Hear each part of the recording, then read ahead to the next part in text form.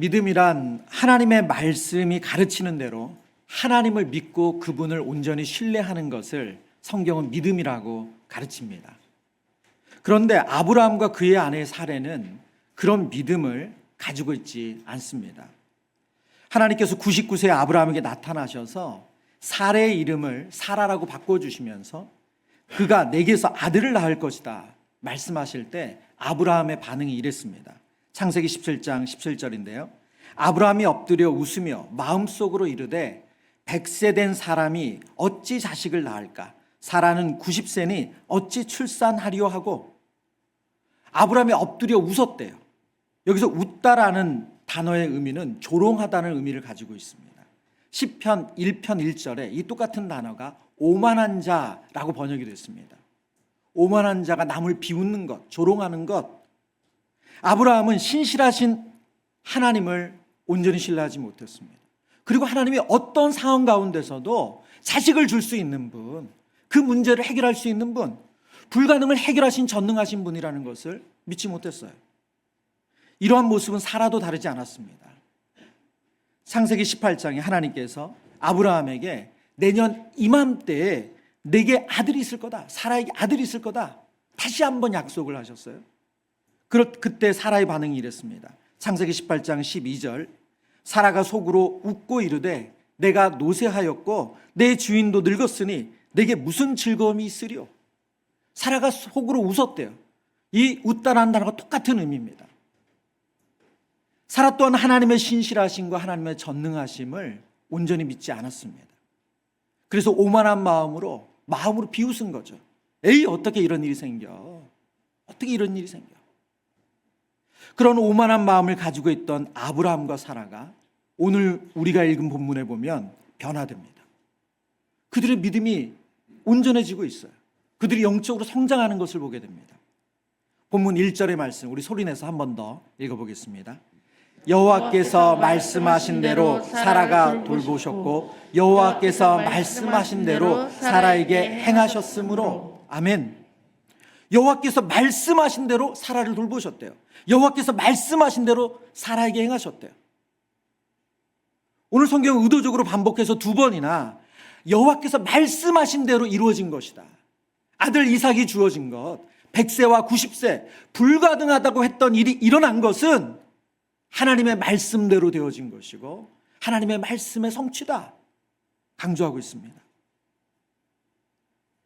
하나님의 말씀을 조롱했던 이 두 사람이 하나님의 말씀대로 이루어지니까 그들이 치유되고 회복되고 변화됩니다.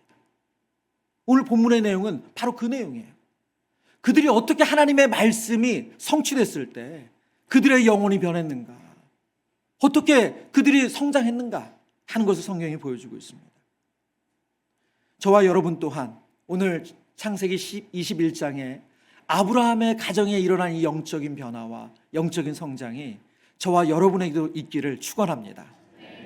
아브라함과 사라가 누린 영적인 성장, 첫 번째는 하나님이 주신 기쁨을 누린다는 거예요. 6절 말씀입니다. 사라가 이르되 하나님이 나를 웃게 하시니 듣는 자가 다 나와 함께 웃으리로다. 사라가 이르되 하나님이 나를 웃게 하시니 듣는 자가 다 나와 함께 웃으리로다. 여러분 본문에 보면 사라가 하나님이 나를 웃게 하셨다 이렇게 표현했어요. 지금 자녀가 나를 웃게 했다, 아들을 낳아서 나를 웃게 했다고 표현한 것이 아니라 하나님이 나를 웃게 하셨다. 사라가 자녀가 생겨서 기쁘죠. 분명 아들 낳아서 기뻐요. 불가능한 기적이 일어나서 너무 기뻐요. 그런데 이 모든 것이 하나님께서 나를 웃게 하신 거래요. 오늘 성경은 이 사라 안에 있는 기쁨을 강조하기 위해서 이 한 절에 이 웃다라는 표현을 2번이나 반복해요. 사라가 이르되 하나님이 나를 웃게 하시니 듣는 자가 다 나와 함께 웃으리로다. 희락은 하나님이 우리에게 주신 선물입니다. 죄인된 우리에게는 진정한 기쁨이 있을 수가 없습니다. 영원한 기쁨은 영원한 하나님만이 주실 수 있으세요. 지금 사라와 아브라함 가정을 통해서 하나님 저와 여러분에게 불가능한 것 같은 하나님 주신 영원한 기쁨이 우리에게 가능하다는 것, 그것을 지금 알려주고 있습니다. 여러분, 우리가 이 땅의 기쁨이 영원하지 않다는 거 너무 잘 알잖아요. 예. 통장이 주는 기쁨, 예. 영원합니까? 예, 뭐 많이 없어봐서 모르겠지만, 네, 영원하지 않죠. 여러분, 우리가 추구하는 쾌락, 우리가 운동이든 여행이든 먹을 것이든 그것이 주는 기쁨, 여러분 영원하던가요? 예, 그렇지 않죠. 자녀가 주는 기쁨은 어떻습니까? 예, 그 예뻤던 아이들이 왼수가 되기도 하고, 예. 여러분, 이 땅에 주는 기쁨은 영원하지 않아요. 존 오트버그 목사님이 평범 이상이라는 삶에서 기쁨에 대해서, 성경이 가르치는 기쁨에 대해서 알려주면서 이런 설명을 해요. 기쁨은 사고방식에서 나온다. 신약 성경의 기록자들은 오늘날 우리에게 긍정적 사고가 아니라 소위 종말론적 사고를 가지고 있었다. 종말론적 사고란 마지막 부활과 다시 사신 그리스도의 궁극적 승리의 관점에서 모든 사건을 바라보는 것이다. 조금 마지막 문장이 어렵지만 우리에게 주어진 오늘과 우리에게 주어진 사건을 바라보는 것이 하나님께서 예수 그리스도를 통해서 이루신 부활, 예수 그리스도께서 이루신 그 영생의 관점에서 오늘을 보는 거예요. 여러분 운동 경기 가끔씩 보시잖아요. 저도 야구를 한참 끊었다가 제가 좋아하는 팀이 요즘 좀 성적이 나와가지고 다시 하이라이트를 보고 있습니다. 여러분, 그런데 하이라이트 보면서 긴장하지 않아요. 여러분, 라이브를 보면서는 긴장해요. 예. 이래 막 투수가 막 점수 2점, 3점 내주고 그러면 보기 싫어져요. 그냥 끄고 방에 들어가요. 근데 여러분, 하이라이트를 보면 긴장하지 않아요. 왜요? 결과를 아니까. 그래서 저는 이긴 경기만 봅니다. 진 경기는 안 봐요. 이긴 경기만 봐요. 예. 여러분, 우리가 이긴 경기를 하고 있다는 거예요. 우리에게 그 승리가 확정되어 있대요. 그 관점에서, 그 구원의 관점, 그 영생의 관점, 그 종말론적인 관점에서 오늘을 보는 거예요. 그러니 어떻겠어요? 지금 너무 아파. 지금 너무 힘들어. 지금 너무 괴로운데 결과가 어떻다고요? 이겼잖아요. 이겼잖아요. 그래서 기뻐할 수 있다는 거예요. 기쁨은 사고방식에서 옵니다. 종말론적인 사고방식. 그리스도의 부활의 승리가 나의 승리. 그리스도께서 이루신 그 영생의 그 성취가 나의 것이 되는 거예요. 바울이 빌립보 감옥에 있으면서, 로마의 감옥에 있으면서 빌립보 성도들에게, 그래서 바울이 이렇게 빌립보서 4장 4절에 이렇게 강하게 도전합니다. 주 안에서 항상 기뻐하라. 내가 다시 말하노니 기뻐하라. 여러분, 그 자신도 감옥에 있고 고난 속에 있고 빌립보 성도들도 녹록지 않은 상황 가운데 있는데 어떻게 주 안에서 항상 기뻐하라, 내가 다시 말하노니 기뻐하라 라고 외칠 수 있습니까? 종말론적인 사고 가운데 오늘을 보기 때문이에요. 찬양 중에 예수 늘 함께 하시네라는 마커스 워십이 만든 찬양이 있습니다. 이 찬양의 가사가 이렇습니다. 1절에 보면 고단한 인생길 힘겨운 오늘도 예수 내 마음 아시네.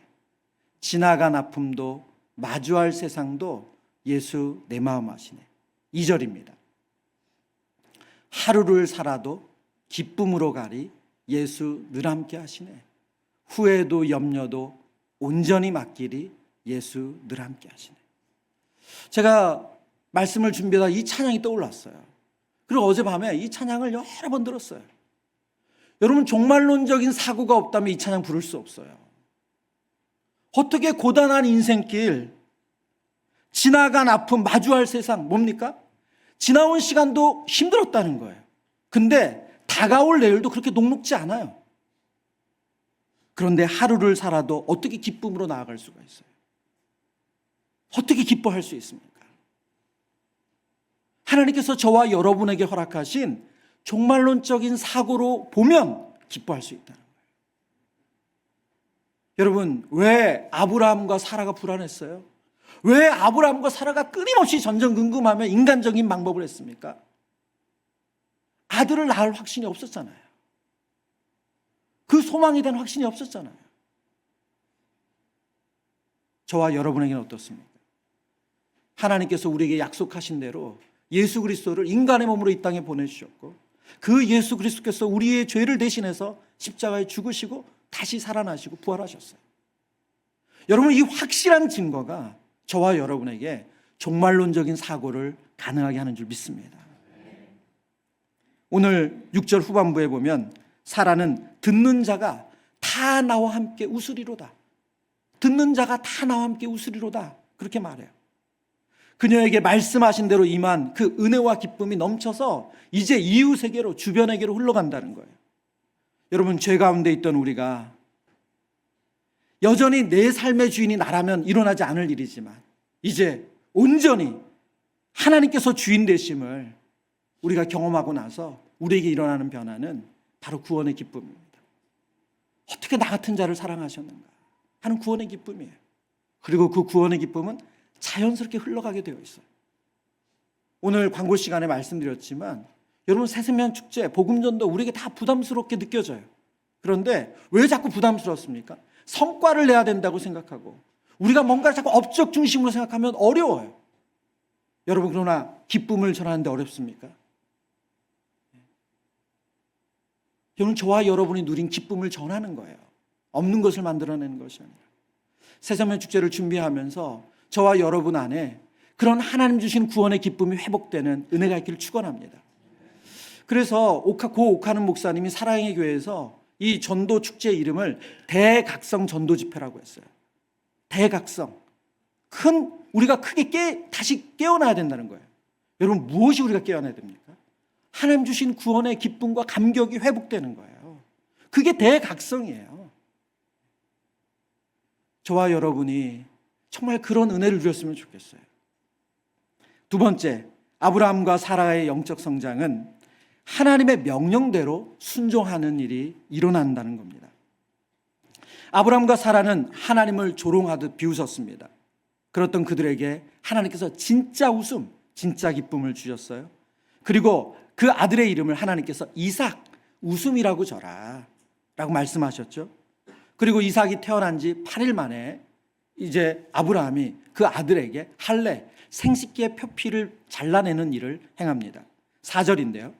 그 아들이 이삭이 난 지 8일 만에 그가 하나님의 명령하신 대로 할례를 행하였더라.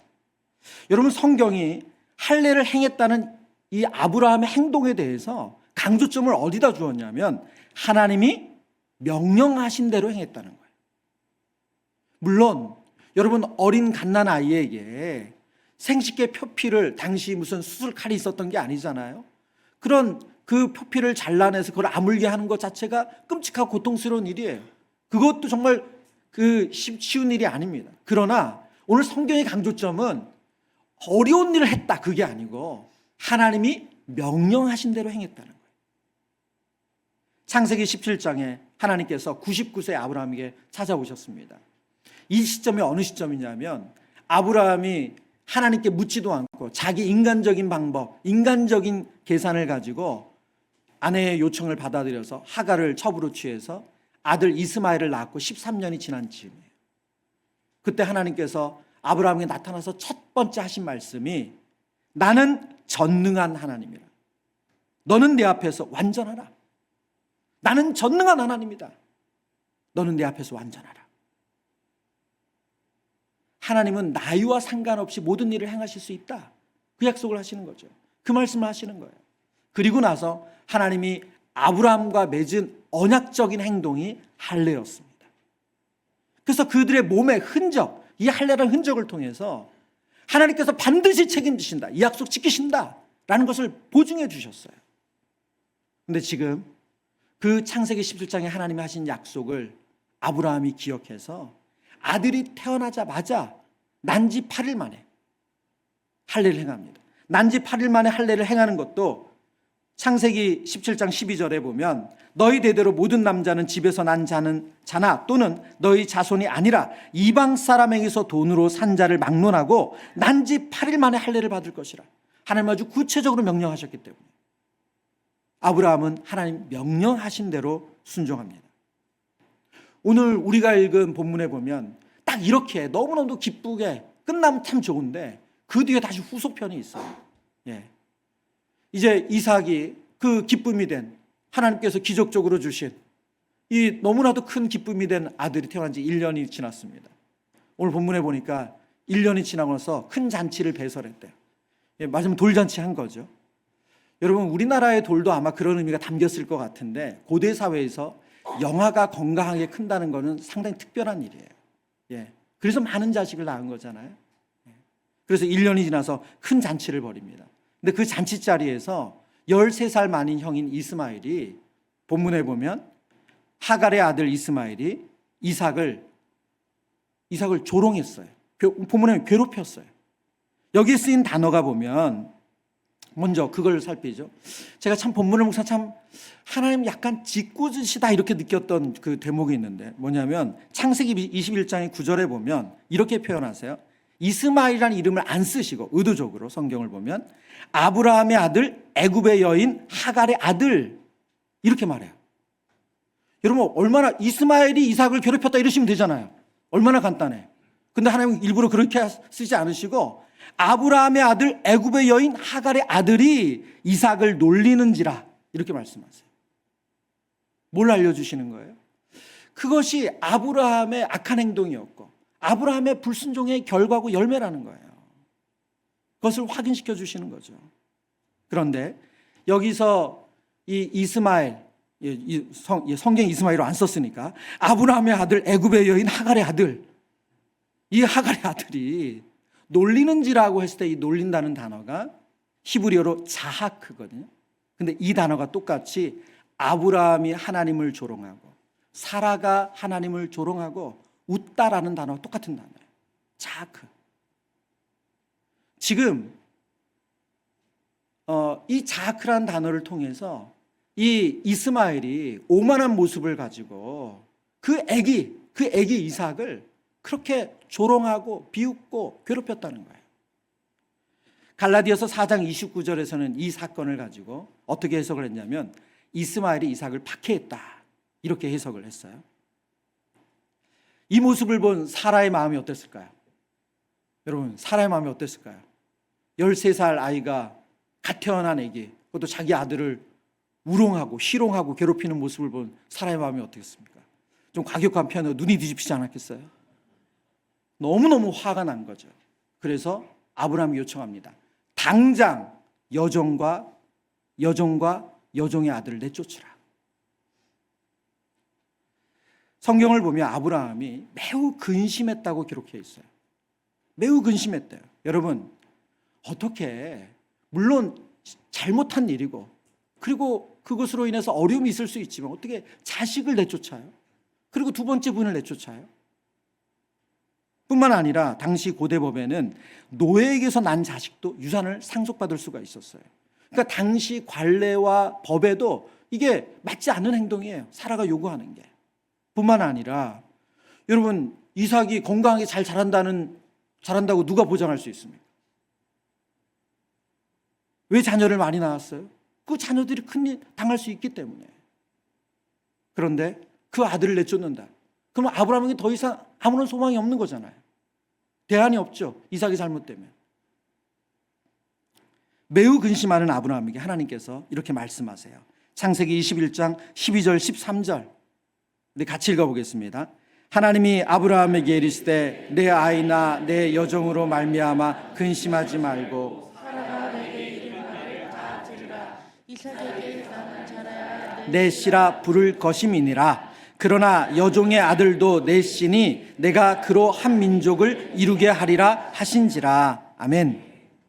하나님께서 아브라함에게 나타나셔서 내 아이나 내 여종으로 근심하지 말라. 내 아이나 내 여종으로 근심하지 마라. 그리고 사라의 말을 다 들어라. 이삭에게서 난 자라야 내 씨라고 부를 것이다. 아주 명확하게 해주세요. 너에게 후손은 오직 이삭밖에 없다. 그를 통해서만 내가 언약을 이루어갈 것이다.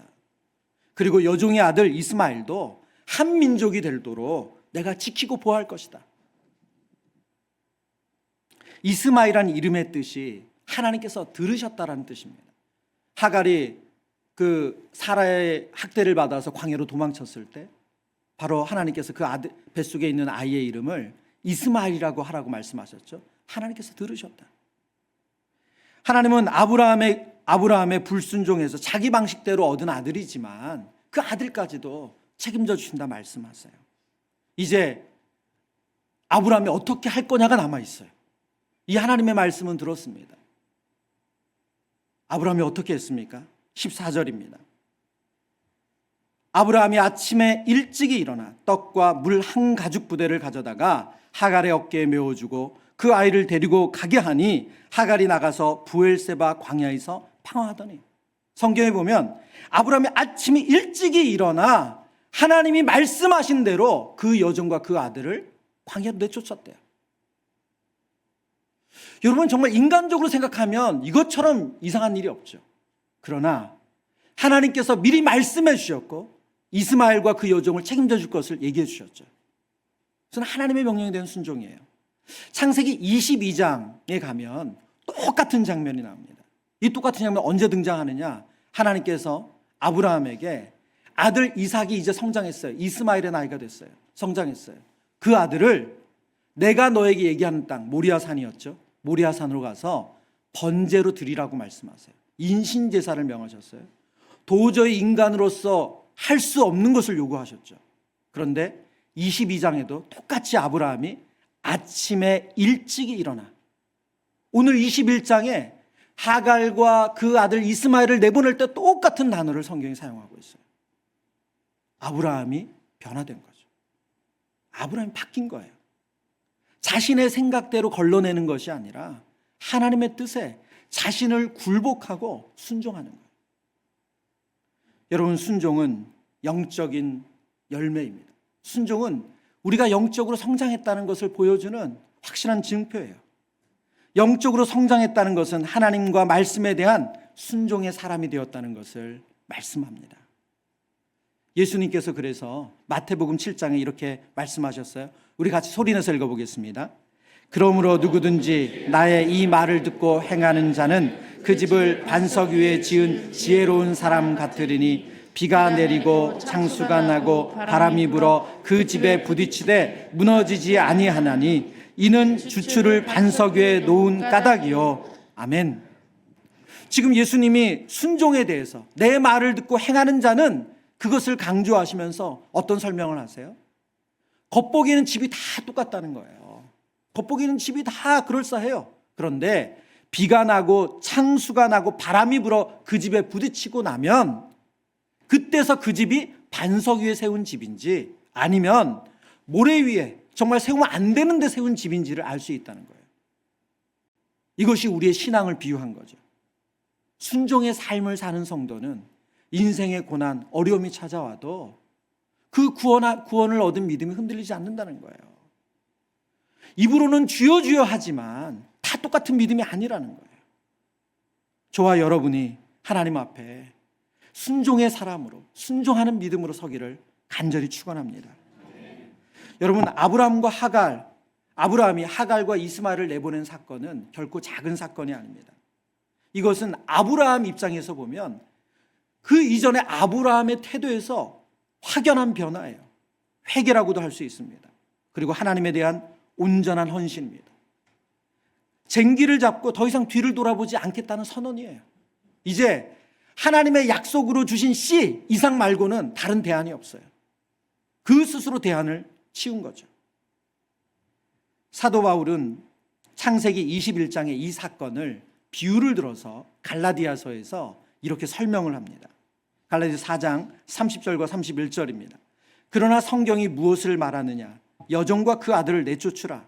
여종의 아들이 자유 있는 여자의 아들과 더불어 유업을 얻지 못하리라 하였느니라. 그런즉 형제들아, 우리는 여종의 자녀가 아니요 자유 있는 여자의 자녀니라. 이 본문에 대해서 웨스트민스터 신학교의 교수인 이완 덕이도 교수님이 이런 설명을 하세요. 하갈과 이스마엘은 언제 쫓겨날지 모르는 불안 속에서 살았을 것이다. 아브라함의 집에 있으나 안정된 자리를 차지하지 못했다. 늘 불안정했다. 단 한 번의 실수로도 그들은 아브라함의 집에서 쫓겨날 수 있었으며 실제로 그렇게 되었다. 자기 자신의 선행을 의지하는 사람도 이들과 마찬가지다. 그런 사람은 자신의 구원을 확신하지 못한다. 자신이 하나님을 기쁘게 할 만한 공로를 쌓았다고 확신하지 못하기 때문이다.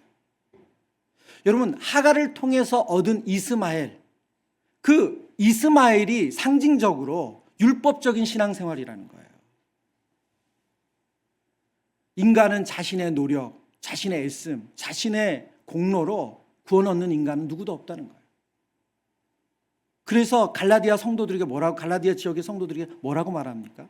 우리는 다 그 여종의 자녀들이 아니라 사라의 자녀, 자유한 사라의 자녀들이라고 말하는 거예요.